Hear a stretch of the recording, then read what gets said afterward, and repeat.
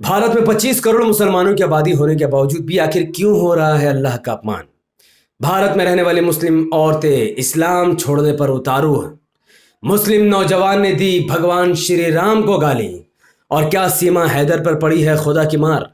पूरी वीडियो को विस्तार से समझेंगे और जानेंगे। उससे पहले अस्सलाम वालेकुम वरहमतुल्लाहि वबरकात।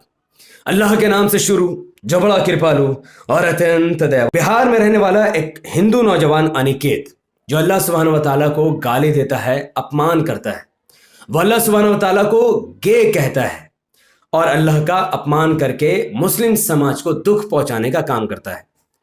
हालांकि अनिकेत पर एफआईआर करने की बात की जा रही है, लेकिन सवाल यह पैदा होता है कि क्या अनिकेत को यह नहीं पता कि अल्लाह सुब्हानहू व तआला सिर्फ मुसलमानों के खुदा या फिर मुसलमानों के भगवान नहीं है, बल्कि अल्लाह सुब्हानहू व तआला का जिक्र खुद हिंदू धार्मिक ग्रंथों पर भी आई है और अल्लाह सुब्हानहू व तआला हिंदू के भी भगवान हैं।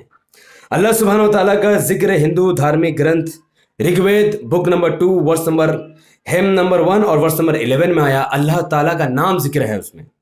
ऋग्वेद बुक नंबर 3 हेम नंबर 30 और वर्स नंबर 10 में अल्लाह सुब्हानहू व तआला का नाम मेंशन किया गया है। ऋग्वेद बुक नंबर 9 हेम नंबर 67 और वर्स नंबर 30 में भी अल्लाह सुब्हानहू व तआला का नाम को मेंशन किया गया है।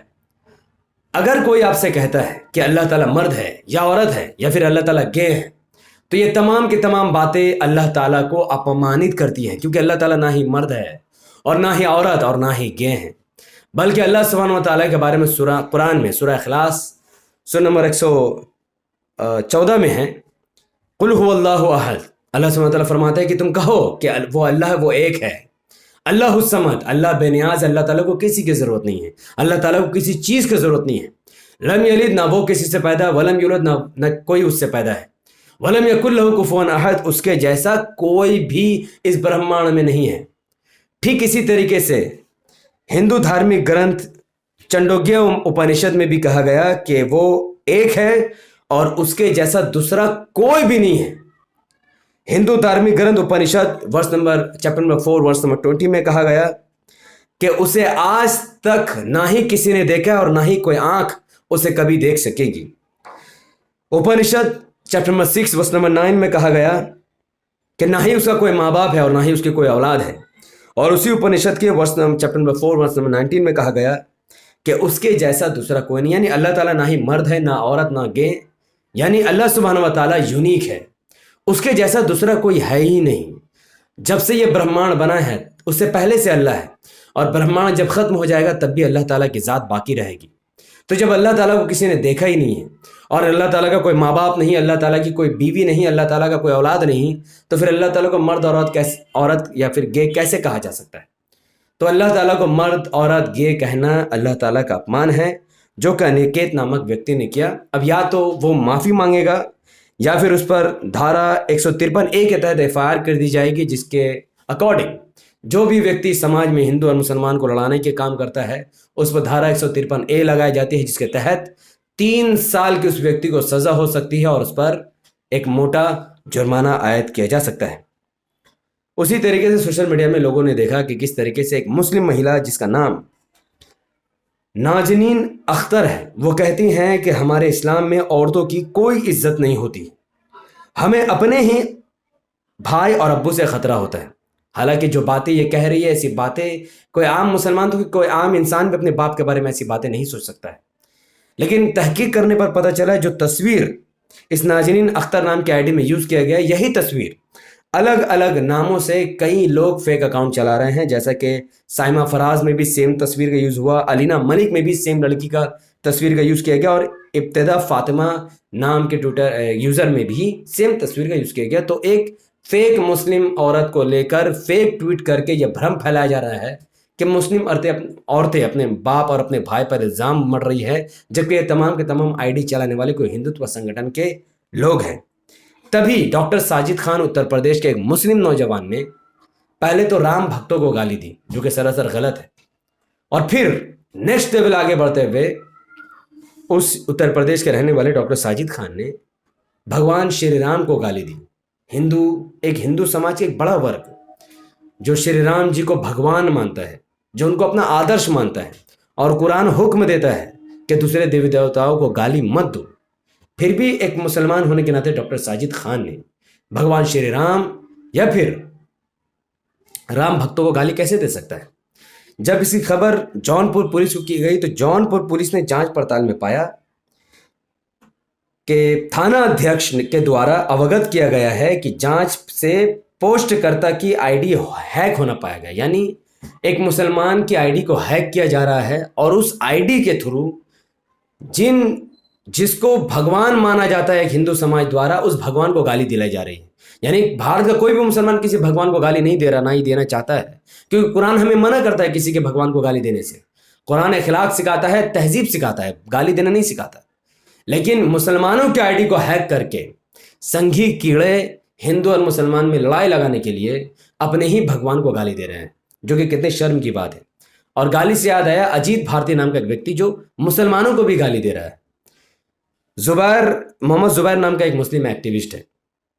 अजीत भारती नाम का एक व्यक्ति उसको मां की गाली देता है, फिर एक लेवल आगे जाते हुए उसको और ज्यादा गंदी और भद्दी गाली देता है, जिसका वर्ड मैं अपने मुंह से बयान नहीं कर सकता। और आप जानते हैं कि मुसलमानों को गाली देने वाला ये अजीत भारती कौन है? ये वो व्यक्ति है जिसे नरेंद्र मोदी जी फॉलो करते हैं। आपको हैरानगी होगी, ये सबूत आपके सामने है। 27 मई 2023 को जब अजीत भारती नामक इस हिंदुत्व कीड़े ने नए पार्लियामेंट को लेकर वीडियो डाली तो नरेंद्र मोदी जी ने इसके ट्वीट को रिट्वीट करने के लिए लिखा, नए संसद भवन के प्रति आपकी भावनाएं युवाओं की कल्पना को एक नई उड़ान देने वाली है। यानी ऐसे युवा को नरेंद्र मोदी जी फॉलो करें जो मुस्लिम समाज के युवा को गाली दे रहा है। तो ये सेंस करने वाली बात है कि जब पीएम ही गालीबाज को फॉलो कर रहे हैं तो ये समाज कहां जा रहा है। अब बात सीमा हैदर की। सीमा हैदर पर क्या खुदा की मार पड़ी है? वो सीमा हैदर जो मई 2023 में पाकिस्तान में अपने शौहर, अपने हस्बैंड को छोड़कर अपने 4 बच्चों को लेकर भारत में एक हिंदू लड़के से प्यार के बहाने से भारत में घुस जाती है और अब वो वहीं पर रहती है। यानी अपने पहले हस्बैंड को धोखा देकर अब अपने नए हस्बैंड के साथ वो वक्त गुजार रही है। लेकिन सोशल मीडिया में ऐसी तस्वीरें वायरल हुई जिसमें देखा जा सकता है कि गंभीर रूप से सीमा हैदर जख्मी दिख रही हैं। सीमा हैदर के चेहरे पर काफ़ी ज़्यादा जख्मों के निशान हैं और सोशल मीडिया में यह दावा भी किया गया कि ये हाल किसी और ने नहीं बल्कि सीमा हैदर के पति ने ही किया है। तो लोगों को लगा कि शायद ये 4 दिन का मोहब्बत ख़त्म हो चुका है, सीमा हैदर का पति अब उनको मार रहा है, टॉर्चर कर रहा है। जब ये बातें बहुत ज़्यादा फैली तो खुद टीवी डिबेट में आकर सीमा हैदर ने ये क्लियर किया कि ये सब जो भी बातें चल रही हैं वो सब फेक है। टाइम्स नाउ नव भारत में लाइव आकर सीमा हैदर कहती हैं कि सब कुछ फेक है। सवाल यह है कि जिस वक्त सीमा हैदर डिबेट में थी उस वक्त सीमा हैदर के चेहरे पर इतना ज़्यादा मेकअप था कि इतने मेकअप में कोई भी जख्म को छुपाया जा सकता है। और सीमा हैदर के चेहरे पर मेकअप ये दर्शा रहा था कि हो सकता है कि उसे मार पड़ी हो सकता है ना भी पड़ी हो। लेकिन सीमा हैदर खुद इस बात की पुष्टि कर रही है कि उसे कोई मार नहीं पड़ा बल्कि ये फेक है। हालांकि फेक तस्वीरें और फेक वीडियो से पता चल जाता है कि ये कितना फेक है। और जो तस्वीर सोशल मीडिया में वायरल हो रही है वो फेक तो बिल्कुल भी नहीं दिख रही है। खैर, सीमा हैदर कहती है कि उनको कुछ नहीं किया गया तो हम मान लेते कुछ नहीं किया गया। अब जाते जाते मोदी जी की बात। मोदी जी ने एक बहुत बड़ा तोहफा दिया है अंधभक्तों को, भारत में रहने वाले गरीबों को भी। मोदी ने कहा कि मैंने ठाना है कि जब तक गरीब की हर चिंता दूर नहीं कर दूंगा मैं चैन से नहीं बैठूंगा। तो मोदी जी को मैं बता देना चाहता हूं कि इस वक्त भारत के 80 करोड़ गरीब लोगों की चिंता, सबसे बड़ी चिंता यह है कि कब मोदी जी आप इस्तीफा दोगे, कब मोदी जी की सरकार गिरेगी, कब मोदी जी की सरकार खत्म होगी, कब इस देश में न्याय करने वाली सरकार आएगी, कब इस देश में गरीबी खत्म होगी। जब तक मोदी जी की सरकार है, जब तक मोदी जी पीएम है, इस देश में गरीबी खत्म होने वाली नहीं है। तो गरीबों की सबसे बड़ी चिंता यह है कि कब मोदी जी इस्तीफा देंगे और कब उनको चैन की सांस मिलेगी। तो मोदी जी, अगर आपको गरीबों की चिंता है तो आप इस्तीफा दीजिए, बीजेपी सरकार को इस देश से खत्म कीजिए, तब जाकर गरीबों को चैन मिलेगा, सुकून मिलेगा और तब जाकर हो सकता है आपको भी चैन मिले। ये बातें इसलिए कह रहा हूं कि इस तस्वीर को अगर आप देखेंगे, ये दवाई है, ये एक मेडिसिन है। मैन्युफैक्चर 4 अप्रैल 2021 को एक दवाई मैन्युफैक्चर होती है जिसका रेट है 80 रुपये 64 पैसे। ठीक 3 महीने बाद उसी दवाई को जब मैन्युफैक्चर किया जाता है 7 महीने 2021 में, तब उसी दवाई का रेट 40 रुपए से अधिक बढ़कर 120 रुपये 96 पैसे हो जाता है। तो आप सोचिए कि गरीब जिसको पता है कि सरकारी हॉस्पिटल नकारा और निकम्मा हो चुकी है, प्राइवेट जगह में उनका इलाज महंगा हो चुका है, दवा भी उनको बाहर से लेना पड़ रहा है, तो वो बाहर में 4 महीने में अगर एक दवा 40 रुपए बढ़ गया है, तो 10 सालों में कितना ज्यादा दवा का दाम बढ़ा होगा और कितना ज्यादा महंगाई बढ़ेगी। तो मोदी जी, अगर आपको गरीबों की परवाह है तो हाथ जोड़कर विनती है कि आप रिटायर हो जाइए, इस्तीफा दे दीजिए। नहीं हो रहा तो देश छोड़कर चले जाइए। नवाज शरीफ से आपको मोहब्बत है तो नवाज शरीफ के घर में जाकर रहिए, देश से चले जाइए, क्योंकि जब तक आप इस देश के प्राइम मिनिस्टर हैं तब तक इस देश की गरीबी खत्म नहीं, क्योंकि आपके अंदर वो एबिलिटी नहीं है। इस देश में गरीबी खत्म करने के लिए जो एबिलिटी बैरिस्टर असदुद्दीन ओवैसी साहब के पास है, वो एबिलिटी नरेंद्र मोदी जी के पास नहीं है। तो नरेंद्र मोदी जी जब तक पीएम पद से इस्तीफा नहीं दे देते और जब तक इस देश के लोग ओवैसी साहब को पीएम नहीं बना देते, तब तक इस देश में गरीबी खत्म नहीं होगी।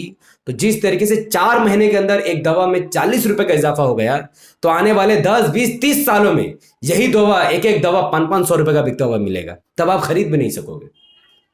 तो लोगों को समझना चाहिए कि हमें ज़रूरत किसकी है। हमें ज़रूरत इस्लाम की है, हमें ज़रूरत ओवैसी साहब जैसे नेता की है, हमें ज़रूरत न्याय करने वाली सरकार की है।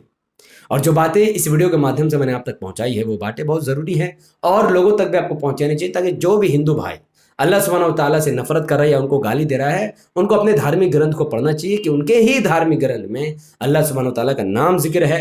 एकम एविदित्यम, एक ओमकार न तस्य प्रतिमा अस्ति, कि वो अल्लाह है, उसके जैसा दूसरा कोई नहीं है। वो एक अल्लाह है, वो निराकार है, उसका कोई आकार नहीं है। न तस्य प्रतिमा अस्ति, उसकी कोई शैडो नहीं, उसकी कोई प्रतिमा नहीं, उसकी कोई पेंटिंग नहीं, उसका कोई मूर्ति नहीं, वो उसका कोई आकार कोई बना ही नहीं सकते, क्योंकि उसे कभी किसी ने देखा ही नहीं है। और ये बातें हिंदू धार्मिक ग्रंथ के मशहूर किताबों में लिखी हुई है। तो जो भी हिंदू भाई अगर बहका हुआ है, भटका हुआ है, मुस्लिम समाज में नफरत में आकर डिबेट करना चाहते हैं, तो वो ओपन डिबेट का चैलेंज वो मुझसे डिबेट कर सकता है। मैं उससे हर प्लेटफॉर्म पर डिबेट करने को तैयार हूं, चाहे वो नेशनल टीवी मीडिया में हो या फिर सोशल मीडिया के प्लेटफॉर्म पर हो या फिर वो कहीं स्टेज बनाकर बुलाना चाहे, तो मैं वहां पर जाकर के भी उससे डिबेट कर सकता हूं। पर आप डिबेट कीजिए, बात कीजिए, लड़ाई झगड़ा मत कीजिए। बहुत बहुत शुक्रिया। इस वीडियो को मैं देरी खत्म करता हूं और उम्मीद करता हूं कि इस वीडियो को आप दूसरों तक पहुंचाएंगे। इस वीडियो को दूसरों तक पहुंचाने के लिए इस वीडियो को लाइक कीजिए, इसके लिंक को व्हाट्सएप, फेसबुक, इंस्टाग्राम पर शेयर कीजिए। अपनी बातों को धड़ाधड़ कमेंट पर रखिए कि आपकी नज़र में गरीबी खत्म करना, गरीबी कौन खत्म कर सकता है, मोदी जी या फिर ओवैसी साहब? अपनी बात कमेंट पर जरूर किया। हमारे यूट्यूब चैनल द पॉलिटिकल को सब्सक्राइब कीजिए, बेल आइकन को हिट कीजिए। अगर आप सिर्फ इस वीडियो को हमारे Facebook channel the political news पर देख रहे हैं तो इसे लाइक और फॉलो कीजिए। 5 बड़े ग्रुप में शेयर कीजिए। मुझे अपनी दुआ में याद रखें। बहुत बहुत शुक्रिया। अस्सलाम वालेकुम रहमतुल्लाहि व बरकातहू। अल्लाह की सलामत रहमत बरकत अब तमाम भाई और बहनों पर हो। मे अल्लाह भी पीस अपॉन अस।